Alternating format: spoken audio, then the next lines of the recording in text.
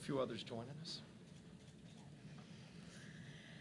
Good morning. This week, House Republicans are voting on legislation to restore our constitutional rights and freedoms after 2 long years of Democrats' COVID-19 power grab policies.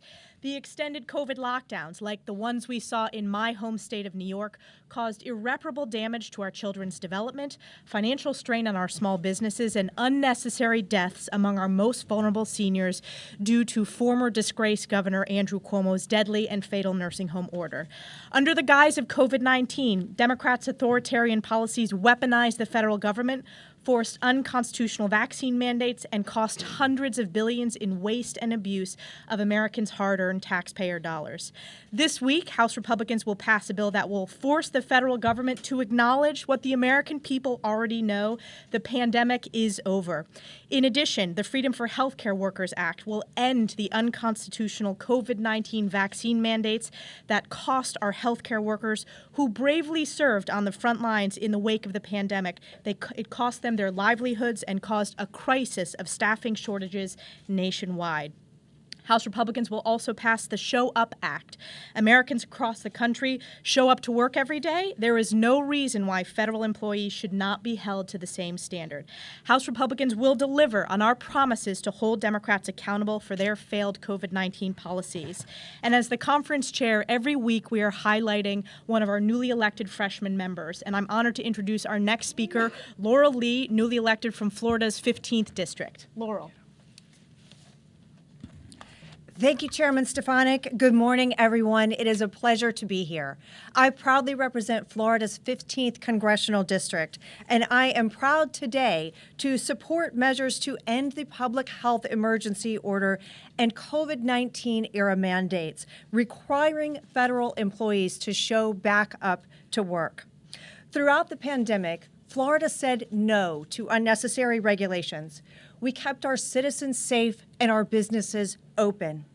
In Florida, we safely and effectively kept our children in school, protected small businesses, and protected families. We kept our state free.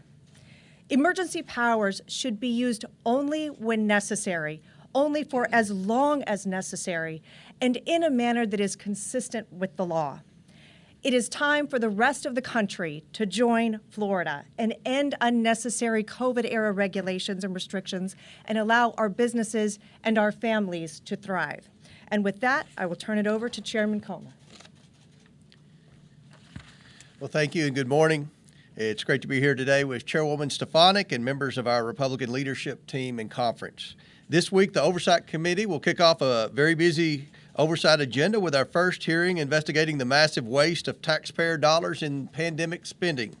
For the past 2 years, Democrats did not conduct a single hearing of oversight of what may turn out to be the greatest theft of American taxpayer dollars in history. After rushing through inflation-inducing government spending under the guise of pandemic relief, hundreds of billions of dollars have been stolen from American taxpayers, lining the pockets of criminals and foreign adversaries. But under Republican leadership, the Oversight Committee is returning to its primary duty to root out waste, fraud, abuse, and mismanagement in the federal government. We owe it to the American people to provide answers about how their money, whether spent under the Trump administration or Biden administration, was squandered. And we must identify solutions to prevent it from happening again. This week, we're also sending a strong message to the Biden administration. It's time to get back to work in person for the American people. Tomorrow, the House will consider the Show Up Act to make sure our government shows up for the American people we are here to serve. For years now, Americans have suffered because of the federal government's detrimental pandemic-era telework policies. Recent reports show that 2 out of 3 workers still haven't returned to their office full-time. President Biden's unnecessary expansion of telework has crippled the ability of agencies to get their jobs done and created massive backlogs. Seniors have experienced delays with the Social Security Administration. American taxpayers have struggled to get help from the IRS during tax filing season, and veterans have been unable to access their records. The Show Up Act ensures our government shows up for the people we are here to serve because American workers across the country show up every day. Federal employees should follow their example. And with that, it's my pleasure to turn it over to our Whip, Tom Emmer. Thank you, Jamie. Last week, House Republicans passed the Strategic Production Response Act to counteract Joe Biden's reckless abuse of our Strategic Petroleum Reserve. In the first open rule held on the House floor since 2015, House Republicans came together. We stood united against Democrat poison pill amendments, and we won over and over and over again. This was a critical moment to deliver on a key tenet of our platform, American energy security. And this week, we're going to continue winning. We're going to continue winning for the American people who elected this Republican House majority. We are denouncing socialism in all its forms. And we are moving the federal government away from its perpetual COVID state, giving healthcare workers more freedom and forcing career bureaucrats to start showing up for work again. By the way, I don't know if anyone noticed, but the White House is now responding directly to the House Republicans. They responded yesterday saying they're going to end their COVID pandemic declaration in May. That's too late, by the way. They're taking notice. Everybody else should too. House Republicans are going to keep winning, and we're just getting started. And with that, I'm going to turn it over to our leader, Steve Scalise. Well, thank you, Whip Emmer. Good morning. Good to be with you. This week we have a busy schedule on the House floor, focusing on getting America back on track. And I think if you look around the country, and our great new member Laurel Lee talked about this, there are many states that have already said, we're dealing with COVID, but we've got to move forward. We've got to open things back up again. We've got to get kids back in school again, learning, because we know the data is very clear they weren't learning when schools were shut down. We saw so many problems by all of the shutdowns, and yet here in Washington, President Biden has still been operating under both the national public health emergency and the COVID emergency, and a long time ago they should have ended. And as Republicans, we said we would end these emergency declarations to open the country back up again. And so last week, when we announced that we would bring these two pieces of legislation to both end the national emergency as well as the COVID emergency, a lot of Democrats started scrambling because they know that in their states, these are causing major problems. And in fact, it also triggers these emergencies, triggers billions of dollars a month in Washington spending that has nothing to do with COVID, but is hiding behind the guise of COVID. And there are some that still want to spend those billions of dollars wastefully instead of saving those and giving that back to the American people. And so as we put it out there, clearly it caused some dilemmas amongst Democrats who were putting pressure on the White House. And finally, because as the whip pointed out, we announced this last week, the White House yesterday finally said they will end these public health emergencies. The problem is the president said he's going to wait until May. Well, Mr. President, if you know it's the right thing to do, don't wait until May. Let's open our country back up again, get our economy back up again. Let these families get their lives moving forward. And so we're going to continue to move this legislation. Hopefully we see an overwhelming bipartisan vote for them both because they would take effect immediately. And so we're bringing those forward. We're also bringing forward the Freedom for Healthcare Workers Act. You know, at the beginning of COVID, all of us rightfully were applauding our frontline heroes. We were applauding all those healthcare workers who were showing up, treating COVID patients. And then you saw this administration, while they started applauding them, ultimately, they said that they would have to be fired if they didn't get the COVID vaccine. And thousands of healthcare workers were forced to lose their jobs over that vaccine mandate. That wasn't even in law. It was a ruling that came out of CMS.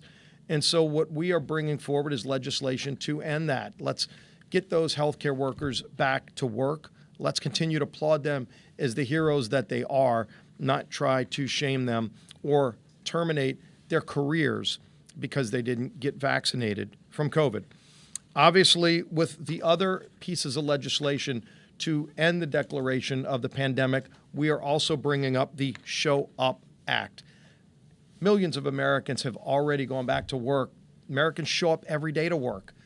Washington shouldn't be the last place to get back to work. It should have been the first, but yet as we see today, at many agencies, more than half of their federal workers are not showing up to work. And it's hurting families back home across America. I know calls a lot of us get from constituents that are complaining about this every day tell us that this process is broken. I get calls from veterans still who can't get their proper Veterans Affairs benefits. These are people who served our country, risked their lives for our freedoms, and they can't even get their paperwork processed because they might need records, and somebody at home is not able to get the access to those records because they're not showing up for work. Our veterans showed up for work. Those employees at the federal level need to show up for work to help give them their benefits. There's still millions of taxpayers across the country in 2023 who still haven't gotten their IRS return from 2021 because IRS agents aren't showing up to work. This needs to end. People that are waiting on passports for more than 6 months at a time because you can't process a passport remotely from home. You need to show up at work. Families expect the federal government to do their jobs and work for them. They're surely collecting their paychecks. It's long past time that they show up for work as well. So we're bringing all of these bills as well as a bill to denounce the horrors of socialism. Maria Elvira Salazar, who's the author of the bill, has seen it herself. You talk about atrocities we've seen from totalitarian dictatorships. Over 100 million people worldwide have lost their lives to the horrors of socialism, and it's about time Congress stands up and denounces it. I encourage all of my Democrat colleagues to join us in voting for that piece of legislation as well. So with that, we'll be happy to take any questions. Chad. Mr. Scalise, good morning. Thank you.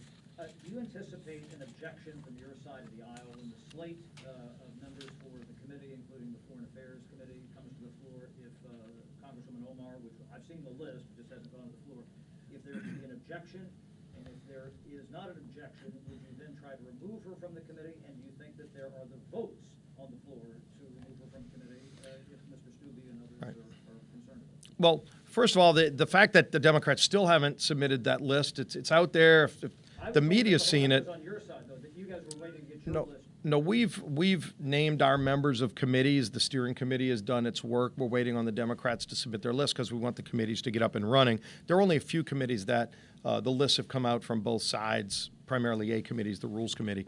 But at the end of the day, Speaker McCarthy has made it very clear, and our whole conference has been very vocal about the concerns to national security, both the Intelligence Committee and the Foreign Affairs Committee.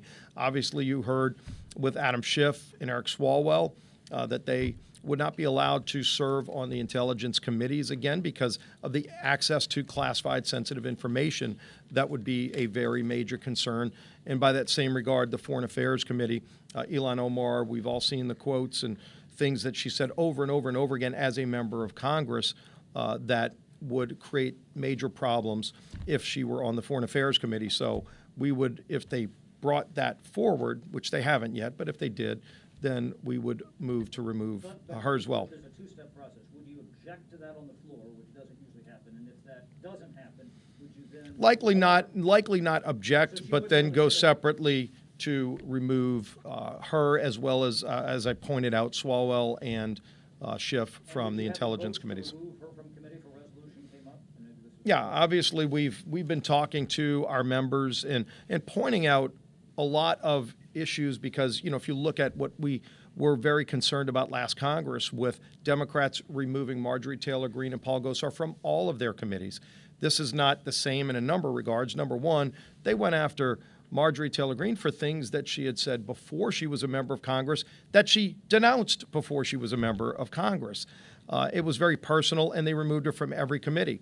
Even if Omar were to be removed from the Foreign Affairs Committee, she'd still be allowed to serve on other committees. So a lot of big differences. And if Omar is concerned about being removed, probably be good if you would ask her why she voted to remove Marjorie Taylor Greene and Gosar from their committees, because she did vote to do that. Yeah. On the debt ceiling, the president has said he just announced he's going to release his budget March 9th. He said when the Republicans are going to release their budget. What can you tell us about the House Republican budget? When's it coming? What's it going to look like? And what's your message heading into this meeting with Biden on Wednesday? Obviously, there's timetables for releasing the budgets. The president's budget is due, I believe, prior to that date. Ours is due in April, so I hope the president meets his deadline, just like we're going to work to meet our deadline. At the same time, what you see coming up with the debt ceiling is a symbol of Washington's spending problem because the debt ceiling is literally the nation's credit card. It's got a maximum. And if you hit that maximum, and look, families have these conversations all the time. If they're spending more money than they're taking in, meaning you maxed out your credit card, President Biden said, just give me more money. He just wants to spend more money. Said he wouldn't even have a conversation with Speaker McCarthy. That's an untenable position. It's a recklessly irresponsible position for President Biden to take, to say just give him more money so he can keep spending money that we don't have. We have got to get control over spending in Washington. And what Speaker McCarthy said is we need to sit down and have a responsible adult conversation like families do. Because if a family maxes out the credit card, they're not just going to go get another credit card or ask the bank to raise the limit.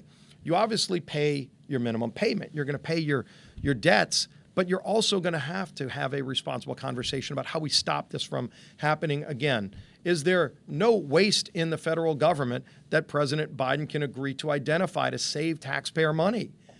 And again, that's what Speaker McCarthy laid out, and hopefully they'll be able to start having that conversation.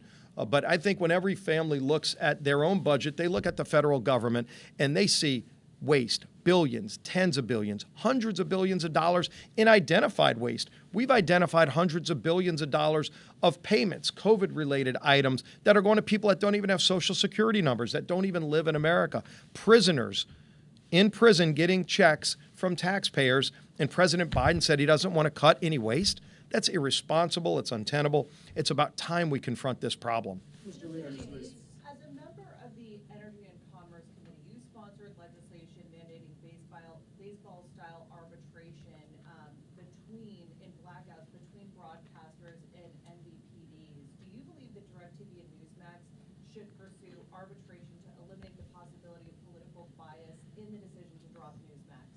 Well, I'm very concerned about political bias in all media. We've seen it with social media. We're seeing it with some of the traditional media, whether it's over the top, whether it's broadcast. The idea that you would have some people pressuring, whether it's AT&T or any other company, to stop carrying a news source because they don't agree with the message, they don't agree with a fair set of content, is concerning. You know, we should be all promoting free speech. You've seen this, of course, with social media. Elon Musk, I think, has exposed a lot of what's going on behind the scenes. In fact, the most alarming part is that there were federal agencies involved before Elon Musk purchased Twitter in trying to get Twitter to take certain things down that went against their pro-Biden narrative. You know, Jamie Comer's exposed a lot of this already, and his committee is going to still be finding more of it regarding the Hunter Biden laptop, which really shows things that Joe Biden himself was doing. And yet the media social media working with the Justice Department was shutting that down, shutting down accounts, shutting down the New York Post account. That's very alarming. Arbitration, though? Well, what my arbitration legislation dealt with was more how the fee structures work, you know, especially as it relates to blackouts. And as you pointed out, you know, what I want is a more free market in video regulation and content, because the problem you have there right now is the rules are very different for over the top, whether you get cable. A lot of cable monopolies at the local level are negotiated differently than satellite or than fiber or than internet provided services. And so you have different federal rules for all the different forms of content, and a person at home doesn't really care. If they get TV on their phone or on their TV, at their smart TV at home, they don't really care what those rules are, and the rules should be the same. And so we're trying to get those rules making some more sense. Yeah. Given what we know now about George Santos fabricating major portions of his life, I'm wondering, Congresswoman Stefanik, you supported him during his campaign. Do you regret supporting him? Do you regret his introducing him to donors and fundraising for him now that he's admitted to many of these lies? Sure. Like all of my colleagues, particularly in New York State, I supported George Santos as the nominee, and the people of his district voted to elect him. Now, we just got out of conference, and George has voluntarily removed himself from committees as he goes through this process, but ultimately voters decide.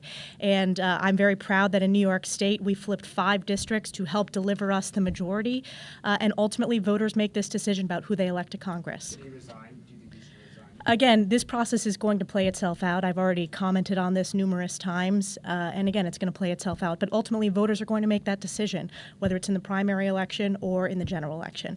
Thank you. One more policy for Leader Scalise. One more on policy. On police. Can you come walk? Yeah. Sure.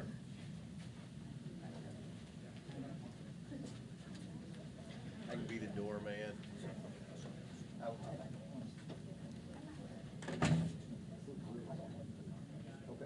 I will, no, I want, we need to do that, and